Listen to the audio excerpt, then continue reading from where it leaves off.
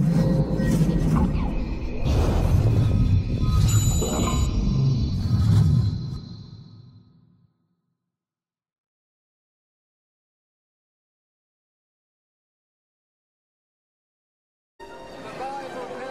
the wonderful book of Revelation, that in end times Israelis have had to endure terrorist attacks we are in end times, ladies and gentlemen, whether you like it or not. The United States will withdraw from the Iran nuclear deal.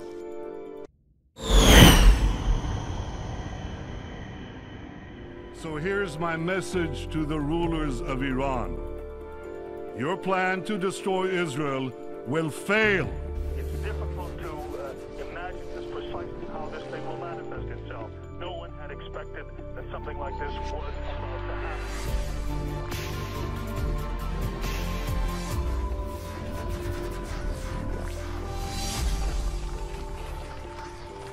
Israeli forces in the northern part of the country are on high alert. They were expecting that Iran would retaliate after several of its soldiers were killed in those previous Israeli strikes. It's clear that just 2 days after Donald Trump pulled the United States out of the Iran nuclear deal, tensions in the Middle East have ratcheted up. Well, remember, Wolf, it's almost exactly 24 hours since this all started and escalated so rapidly, but such a sharp, stark juxtaposition between what we're seeing here behind me, this almost bizarre level of quiet, and what we saw last night. מי שיפגע בנו, אנו נפגע בו שבעתיים. ומי שנערך לפגוע בנו, נפעל לפגוע בו קודם לכן. The Israeli military says it hit more than 50 Iranian targets within Syria. Intelligence sites, military bases, munitions facilities. By daylight, some Syrians were shrugging them off. We're not scared of any missiles, says this man. Israelis slept in their shelters, says another, while we stood on rooftops to watch our army's achievements. A spokesman appearing on television.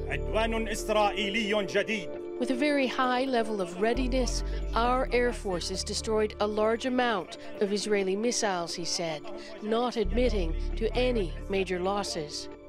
But the target of the strikes, Iranian soldiers and advisors and Shia militias trained and financed by Tehran, can be spotted up and down Syria, sent in for years now to help the president Bashar al-Assad win the war. A couple of nights ago, Israel's military ordered that all of the bomb shelters in the Golan Heights, like this one here, be opened up so the public can come and use them. We will not tolerate a military presence with offensive capabilities that is in the hands of the extremist Quds force, that is part of the Revolutionary Guard inside Syria, with a tactical capability to menace and terrorize Israeli civilians. But while this escalation is concerning, neither Iran nor Israel right now appear to want an all-out war.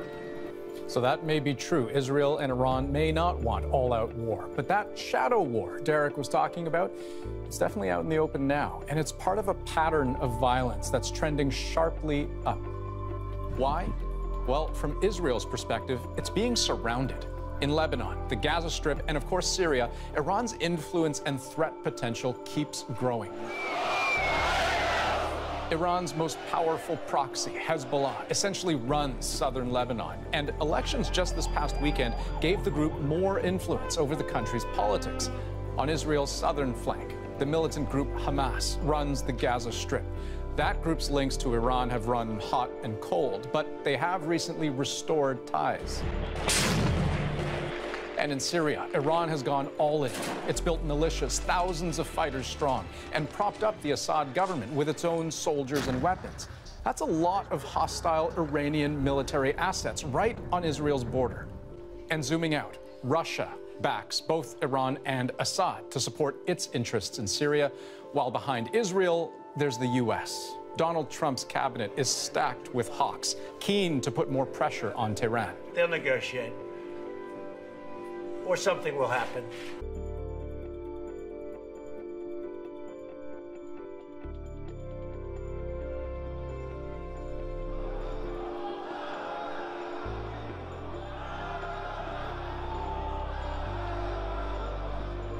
are the hardliners winning the day?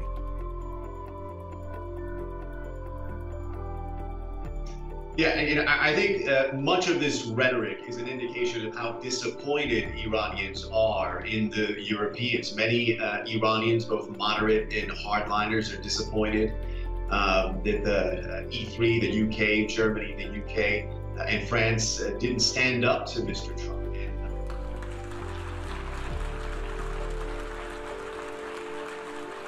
Israel will not permit any force on earth to threaten its future.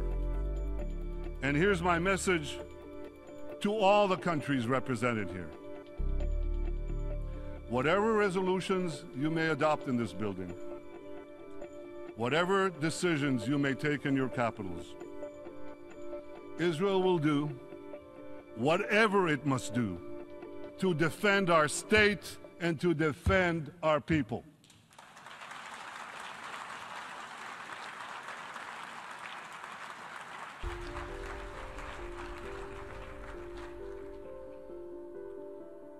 Distinguished delegates,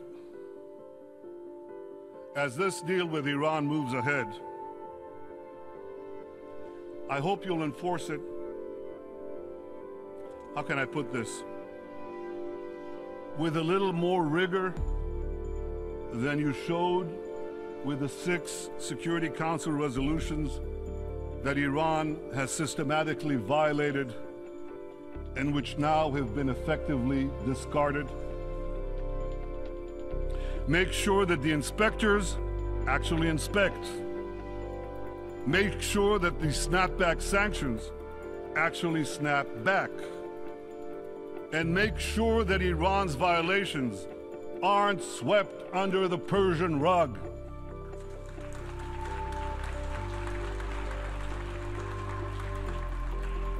Well, of one thing I can assure you,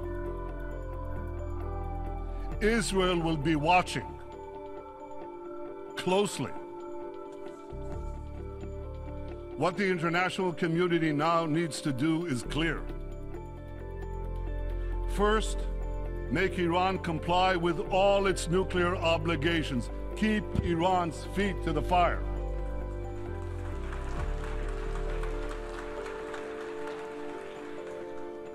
Second, check Iran's regional aggression. Support and strengthen those fighting Iran's aggression, beginning with Israel.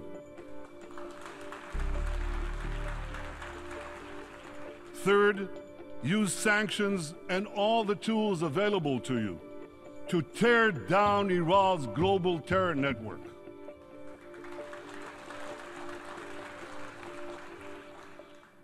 Ladies and gentlemen,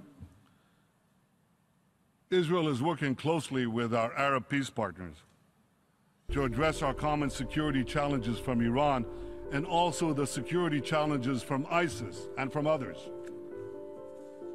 We're also working with other states in the Middle East, as well as countries in Africa, in Asia, and beyond. Many in our region know that both Iran and ISIS are our common enemies. And when your enemies fight each other, don't strengthen either one, weaken both.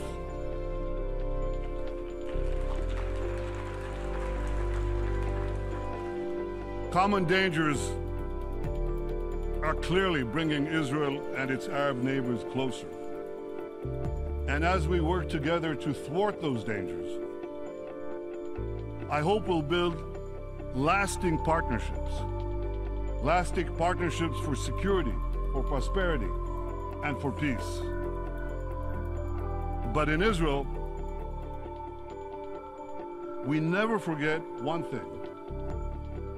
We never forget that the most important partner that Israel has always been and will always be the United States of America.